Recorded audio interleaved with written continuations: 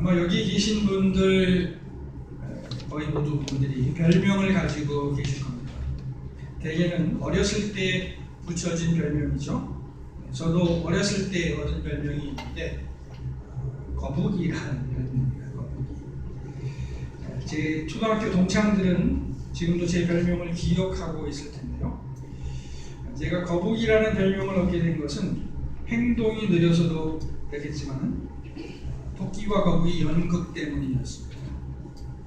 초등학교 1학년 때 학교 선생님이 국어 시간이었던 것 같은데 다음 시간에 이제 토끼와 거북이 연극을 할 것이다 라고 말씀하시면서 여학생들은 토끼를 표시할 수 있는 그 물건을 만들어 오라 라고 말씀하시고 남학생들한테는 거북이 등짝을 만들어 오라고 말씀하셨던 것 같아요.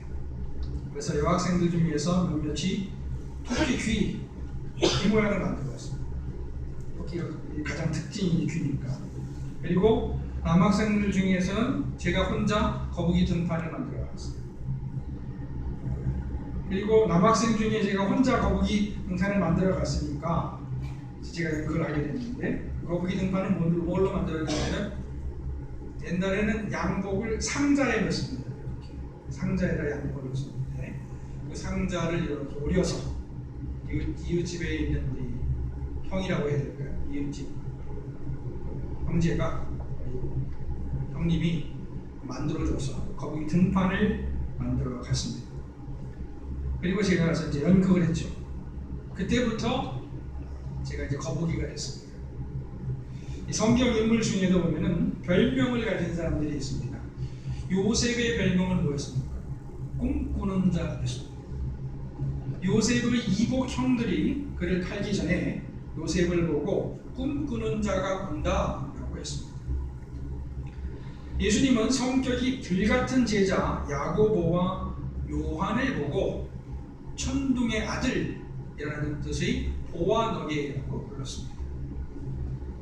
사람뿐 아니라 하나님에게도 별명이 있는데요. 하나님의 원래 이름은 이스라엘 백성들이 하나님을 부를 때 그 쓴 명칭은 뭐냐면 엘로힘, 여호와 등의 이름으로 하나님을 불렀습니다. 우리는 하나님이라고 불렀는데 이스라엘 백성들은 엘로힘, 여호와라고 부른다는 것이죠. 그런데 하나님에게도 별칭이 따라붙었습니다. 그것은 뭐냐면 고아와 과부의 하나님이라는 별칭입니다. 혹은 나그네의 하나님이라는 별칭입니다. 물론 전능한 여호와 이런 표현도 있었습니다. 그리고 누가복음 7장에 보면은 예수님의 별명이 나오는데 예수님의 별명은 뭐냐면 세리와 죄인의 친구입니다. 누가복음 7장에서 예수님께서 말씀하기를 자기를 반대하는 사람들이, 즉 예수님을 반대하는 사람들이 자기를 예수님을 세리와 죄인의 친구라고 부른다라고 말씀을 하셨습니다. 예수님에게 이런 별명이 붙은 것은 예수님께서 세리와 죄인들을 가까이 한 것이 예수님의 독특한 특징이었기 때문입니다. 예수님이 사시던 유대 사회는 율법 사회였죠. 모세로부터 율법을 받은 이스라엘은 스스로를 거룩하다고 믿고 살았습니다. 아이러니하게도 이스라엘은 자기 나라를 잃고 난 다음에 더더욱 율법의 중요성을 깨닫고 율법을 더 열심히 지키려고 노력을 했습니다. 물론 이런 분위기 속에서도 죄 짓는 사람들은 당연히 있었습니다. 그 중에도 세리와 창녀 같은 사람들도 있었습니다. 율법이 강조되는 사회에서 이런 사람들은 기피의 대상이었습니다. 우리 사회에서도 분위기가 비슷할 겁니다. 우리는 어려서부터 좋은 친구 사귀라 하는 말을 듣고 자랐습니다. 그런데 문제는 예수님께서 죄인들을 멀리하지 않으셨다는 것입니다. 만약에 예수님 자신이 죄인이었고 또 예수님을 따르는 사람이 적었다면 그렇게 큰 문제가 되지 않았을 것입니다. 문제는 예수님께서 사람들에게 율법을 가르치는 선생님이었고 또 수많은 사람들이 예수님을 따랐다는 것입니다. 오늘 말씀을 보겠습니다. 예수님께서 다시 바닷가에 가셨다고 큰 무리가 나왔거늘 예수께서 그들을 가르치셨다 했습니다. 여기서 바닷가는 갈릴리 호수를 말하는데 갈릴리 호수가 크니까 그것을 바다라고 불렀습니다. 큰 무리가 나왔다 그랬습니다. 예수님께서 오병이어 기적으로 먹이신 사람이 여자와 어린이 이외에 5,000명이었다라고 했으니까 수만 명의 사람들이 예수님을 따랐습니다. 그런데 14절 말씀을 보니까 예수님은 알페오의 아들 레위가 세간에 앉아있는 것을 보시고 자기를 따르라고 그를 부르셨습니다. 레위는 마태의 원래 이름이죠. 그러니까 마태복음을 쓴 레위. 예수님 당시 세리는 당연히 죄인으로 분류되었습니다. 당시 이스라엘은 로마의 식민지였는데 세리는 로마 정부로부터 세금을 거둘 수 있는 권한을 부여받아서 백성들에게 세금을 거두고 그 중에서 정해진 금액을 로마 정부에 바치고 나머지는 자기가 챙겼습니다. 아마도 이스라엘 사람들은 세금을 적게 내기 위해서 세리 앞에서 마지 못해서 굽신거렸겠죠. 하지만 돌아서서는 많은 욕을 했을 것입니다. 그런데 예수님은 이런 사람을 자기의 제자로 부르셨습니다. 깨끗한 사람, 많이 배운 사람, 이런 사람을 부르셨으면 문제가 없었을지 모르겠는데 죄인의 대명사인 세리를 자기의 제자로 부르셨어요. 그리고 다른 세리와 죄인들과 함께 식사를 하셨습니다. 문제는 이런 데서 꼬인 것이죠. 사도행전에 보면은 베드로가 이방인 고넬료를 만나면서 유대인이 이방인을 만나는 것 자체를 죄로 생각합니다. 그와 마찬가지로 이스라엘 사람들, 특히 바리새인들과 서기관들은 죄인들과 식사하는 것 자체를 죄 짓는 것이라고 생각했습니다. 과거에 우리나라도 신분사회였을 때, 조선시대 때 주인의 상과 종의 상이 구분이 되어 있었죠. 조선시대뿐 아니라 개화된 이후에도 상당 기간 그렇게 상이 구분되어 있었습니다. 주인의 상, 종의 상, 그리고 남자의 상, 여자의 상 이렇게 구분이 되어 있는데 이때 상을 구분하는 것은 죄와는 상관없습니다. 신분에 따라서 구분한 것인데 바리새인들과 서기관들은 죄인들과 밥을 먹는 것 자체를 죄로 생각했습니다. 따져보면 죄인들이라고 해서 늘 죄만 짓는 것은 아닙니다. 물론 어떤 사람은 그런 사람도 좀 없지 않아 있는 것 같아요. 입만 열면 거짓말하는 것 같은 사람, 또 모든 것이 다 죄 짓는 것 같은 사람이 아주 없는 것은 아닙니다. 그러나 죄인들이라고 해서 늘 죄만 짓겠습니까? 그건 아니겠죠. 죄를 지을 때도 있는 것입니다. 또 의인이라고 해서 어떤 죄도 짓지 않는 것은 아닐 것입니다. 다른 사람들보다 상당히 죄를 짓지 않는다 하는 것이겠죠. 죄인과 의인의 차이는 정도의 차이인데 바리새인들과 서기관들은 한 번 죄인으로 낙인 찍힌 사람들과 교제하는 것 자체를 죄로 봤습니다. 게다가 아까 말씀드린 대로 예수님께서 영향력이 없는 분 같았으면 그렇게 크게 문제가 되지 않았을 텐데 수많은 사람들이 예수님을 따랐기 때문에 바리새인과 서기관이 문제를 삼았습니다. 예수님께서 소위 죄인들과 함께 식사하신 지역이 갈릴리 지역인데요. 그런데 바리새인들과 서기관들이 문제를 삼았다 했습니다. 아마 이들은 예루살렘에서 예수님을 책잡기 위해서 내려온 사람들처럼 보입니다. 바리새인들과 서기관들이 예루살렘에서 갈릴리까지 내려와서 예수님을 관찰한 것은 예수님에게서 흠을 찾아서 예수님을 넘어지게 하기 위한 것이었다고 볼 수 있습니다. 예수님의 활동 초기부터 예수님에 대한 소문이 파다했기 때문에 사방에서 예수님을 찾아왔습니다. 이스라엘 전체에서 북에서 남까지 또 이방 지역에서까지 예수님을 찾아왔습니다. 그리고 바리새인들과 서기관들도 찾아와서 예수님의 일거수일투족을 보면서 율법적으로 판단했던 것입니다. 예수님은 바리새인들과 서기관들이 눈을 부릅뜨고 자기를 지켜본다는 사실을 알고 계셨습니다. 그런데도 불구하고 예수님은 죄인들과 식사를 같이 하셨습니다. 아마 베드로 같았으면 죄인들과 식사를 하다가도 바리새인들과 서기관들이 나타났을 때 얼른 숟가락을 놓고 가까운 화장실로 도망갔을 겁니다. 갈라디아서에 보면은 베드로가 이방인들과 식사하다가 예루살렘에서 내려온 유대인들을 보고 도망갔다는 얘기가 나오죠.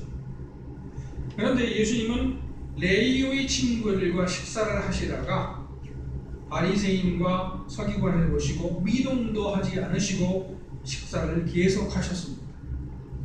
바리새인과 서기관들이 이내 혼란했습니다.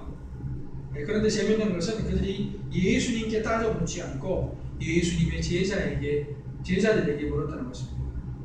예수님에게는 위험이 있고 본질적으로 예수님이 죄인들과 식사하는 것이 죄가 되지 않았기 때문에 감히 예수님께는 묻지 못하고 제자들에게 물은 것이죠. 그러나 아마도 예수님의 귀에 들리도록 물은 것 같습니다. 왜 우리도 그러죠? 어떤 사람들한테 직접 얘기는 못하고 우리 사람들 그래요. 항상 돌려 얘기하는 걸 좋아하죠. 저는 직설협박을 좋아하는데 그러면 북한식이라고 합니다. 북한식. 돌려 얘기하는 걸 좋아하는데 이 서기관과 바리새인들도 제자들에게 예수님이 들을 수 있도록 말을 했습니다. 예수님께서 바리새인들과 서기관들이 자기를 비난하는 말을 들으시고 대답하셨죠. 건강한 자에게는 의사가 쓸데없고 병든 자에게라야 쓸데있다. 나는 의인을 부르러 온 것이 아니고 죄인을 부르러 왔다라고 말씀했습니다. 아주 유명한 말씀입니다. 네, 이 말씀에 예수님의 숨은 뜻이 들어 있습니다. 예수님이 죄인들과 식사를 하시면서 그들이 죄인들이었던 것을 몰랐던 것이 아닙니다. 아셨습니다. 그러나 예수님의 생각은 바리새인들이나 서기관들의 생각과는 달랐습니다. 바리새인들이나 서기관들은 죄인들을 정죄하는 데 급급했습니다. 그러나 예수님은 죄인을 구원하기 원하셨습니다. 그리고 예수님은 죄인들을 병든 자에 비유하셨는데 거기에 의미가 있습니다. 예수님은 죄인들을 일종의 병자로 보셨습니다. 죄를 죄로만 보면은 정죄할 길밖에는 없습니다. 그냥 때려 잡으면 되는 것이죠.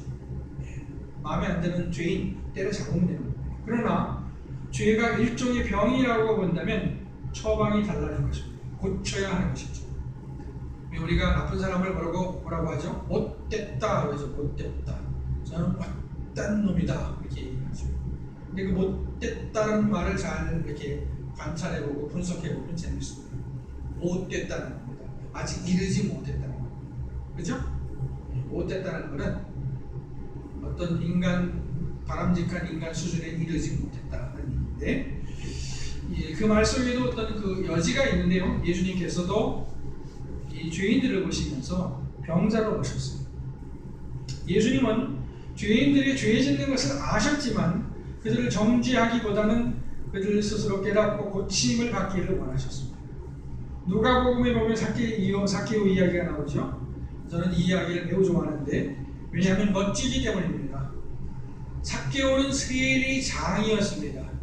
세리장은 세무 공무원 중에서도 높은 자리에 있는 사람인데 오늘날로 치면 세무서장 정도 되겠죠. 우리 고양시 세무서의 서장 정도 할 겁니다. 물론 오해는 하지 마시기 바랍니다.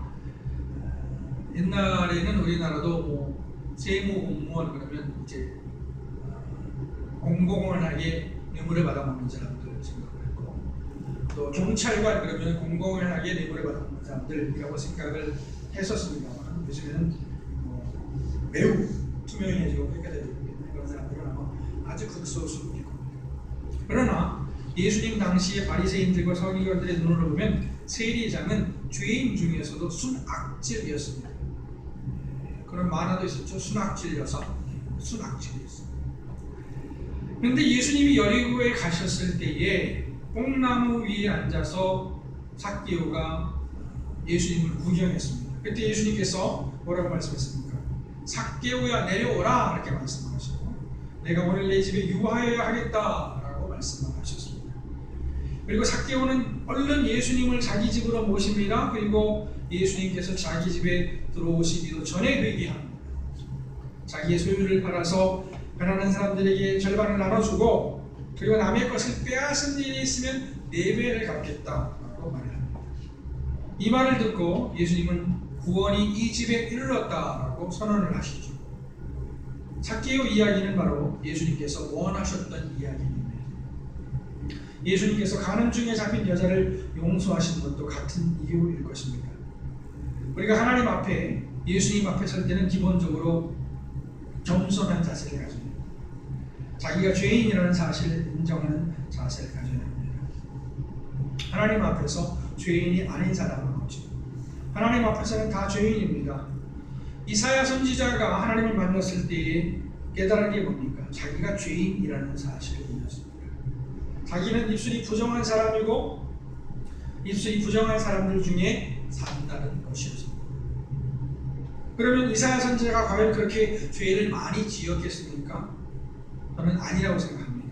분명히 이사야 선지자는 그 시대에 누구보다도 정직하고 의로운 사람이었을 것입니다. 그럼에도 불구하고 하나님을 만나니까 자기 죄를 깨달은 것이죠. 로마서에도 보면은 사도 바울은 스스로 의롭다고 여기는 유대인들에게 뭐라고 말합니까? 너희들도 죄인들이다 라고 말합니다. 유대인들은 율법을 알기 때문에 의인이 아니라 유대인들도 이방인들과 같이 죄를 지은 죄인이라는 것이죠. 우리가 하나님 앞에 설 때는 겸손해야 됩니다. 자기가 하나님을 떠난 죄인이라는 사실을 알아야 합니다. 그리고 다른 사람들을 볼 때는 정죄하기보다는 죄인들을 부르러 오신 예수님의 마음을 가져야 합니다. 죄인들을 보신 예수님의 기본적인 마음은 치료자의 마음이었습니다. 마찬가지로 우리도 다른 사람을 볼 때에 의인, 죄인의 틀로 보기보다는 건강한 사람, 병든 사람의 틀로 보아야 합니다. 그리고 우리 자신을 볼 때도 너무 죄의식에 빠질 필요는 없습니다. 완벽주의에 빠질 필요는 없습니다. 완벽주의는 병이라고 합니다. 물론 그렇다고 해서 죄를 가볍게 여겨서는 안 될 것입니다. 죄는 죄죠. 죄는 우리를 멸망으로 인도합니다. 예수를 믿은 다음에도 죄는 죄입니다. 그러나 우리가 죄인들을 볼 때, 다른 사람들을 우리가 판단할 때 죄의 기준으로만 봐서는 곤란하다 하는 것입니다. 복음서를 보면 예수님은 참으로 큰 논쟁거리를 남기신 분입니다. 하나님의 아들이냐 아니냐, 죄를 인정하셨느냐 안 하셨느냐 등의 논쟁입니다. 그 중에도 율법이냐 은혜냐 하는 논쟁을 남기셨습니다. 예수님을 핍박한 사람들은 예수님이 율법을 파괴한다고 고발을 했습니다. 그러나 예수님은 자기가 율법을 폐하러 오신 것이 아니라 온전케 하기 위해서 오셨다고 했습니다. 요한복음은 예수님께서 세상에 오신 것은 세상을 정죄하기 위해서 오신 것이 아니라 구원하기 위해서 오셨다고 했습니다. 아멘. 지난주 대림절 첫째 주일을 보냈는데요.